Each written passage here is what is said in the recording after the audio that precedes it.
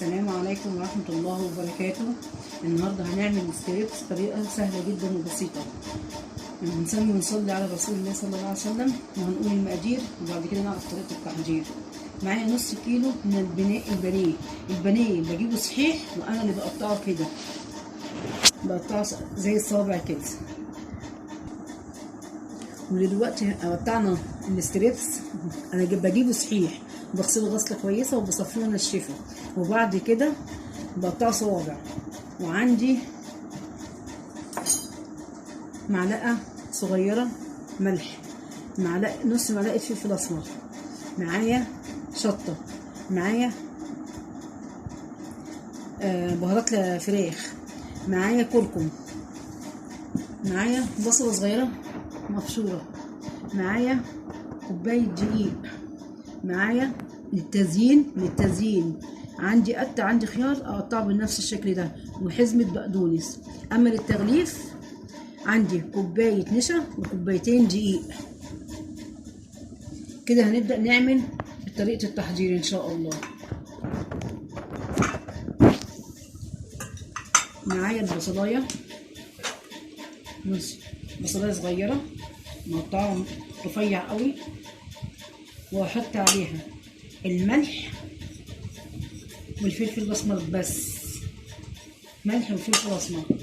وهمسك كده ونسمي ونصلي وندعكها. اهم حاجه اطلع الميه اللي فيها، ميه البصل اهي. افضل ادعك كده مفيش دقيقتين، واقوم ماسكه البانيه مقطعه فيها كده، وامسك البانيه بالبصل المدعوكه بالفلفل الاسمر واعملها كده. ليه انا بعمل الطريقه دي؟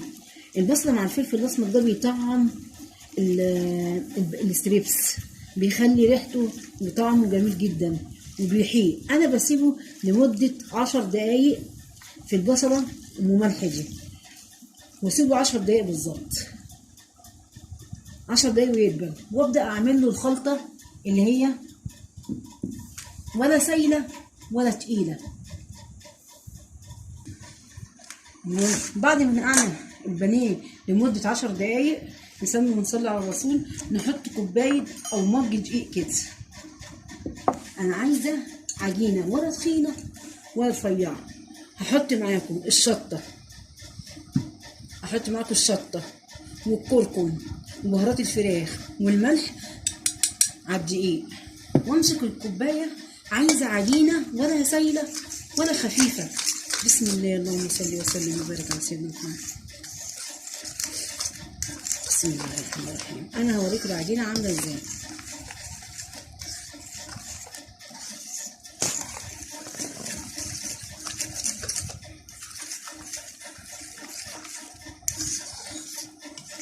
بسم الله الرحمن الرحيم. اللهم صل وسلم وبارك على سيدنا محمد. وبعد ما عملنا الخلطه دي، العجينه اللي هنحط فيها الستريبس، ما ننساش نحط نص معلقه بيكنج باودر، نص معلقه، ونقلبها كده مع الخلطه. بعد ما قلبنا الخلطه كويس مع البيكنج باودر، هنحط في ايه بقى؟ الستريبس. ليه انا بعمل البصله دي؟ في ناس تقول لك لا بتحط كده، انا بعمل البصله دي عشان يطعم لي اللحم. ثم انا الخلطه اللي بتفضل من دي انا ما برميهاش، بجيب عليها بيضه، وبعملها زي عجينه العجه كده، بقليها في الزيت بعد الستريبس خالص، وافضل اقلب كده الستريبس مع الخلطه، واسيبها لمده ساعه في الخلطه او نص ساعه. لو مستعجله 5 دقايق واقليها. انا هسيبها في الخلطه دي تفضل شويه، وبعد كده هرجع اقلي معاكم ان شاء الله. ودلوقتي بعد طبعا احنا حيقنا البانيه اهو، هنحط كوبايتين الدقيق و3/4 كوبايه نشا،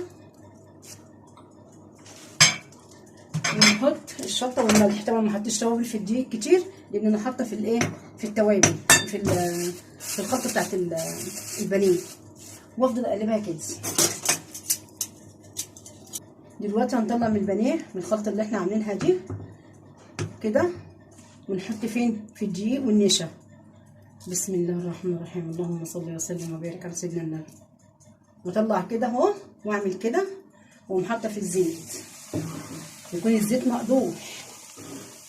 واقوم مطلعه وحاطه في الدقيق والنشا. انا طبعا متبله الستريبس وما حطيتش ملح كتير في الدقيق. ما تقلبيش خالص الستريبس لما يتحمر من تحت. بسم الله.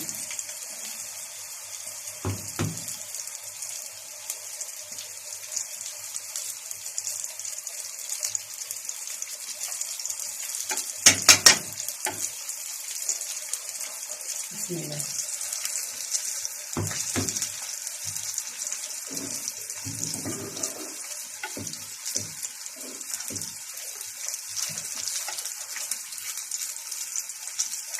دلوقتي اهو انا الستريبس هنطلعه من الزيت. اهم حاجه ما يتحرقش منه اهو. بس كده اهو.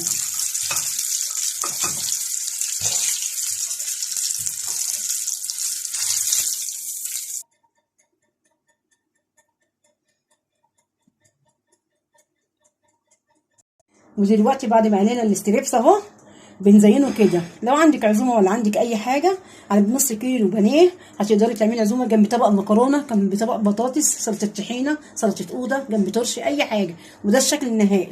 يا رب تجربوه وتدعوا لي.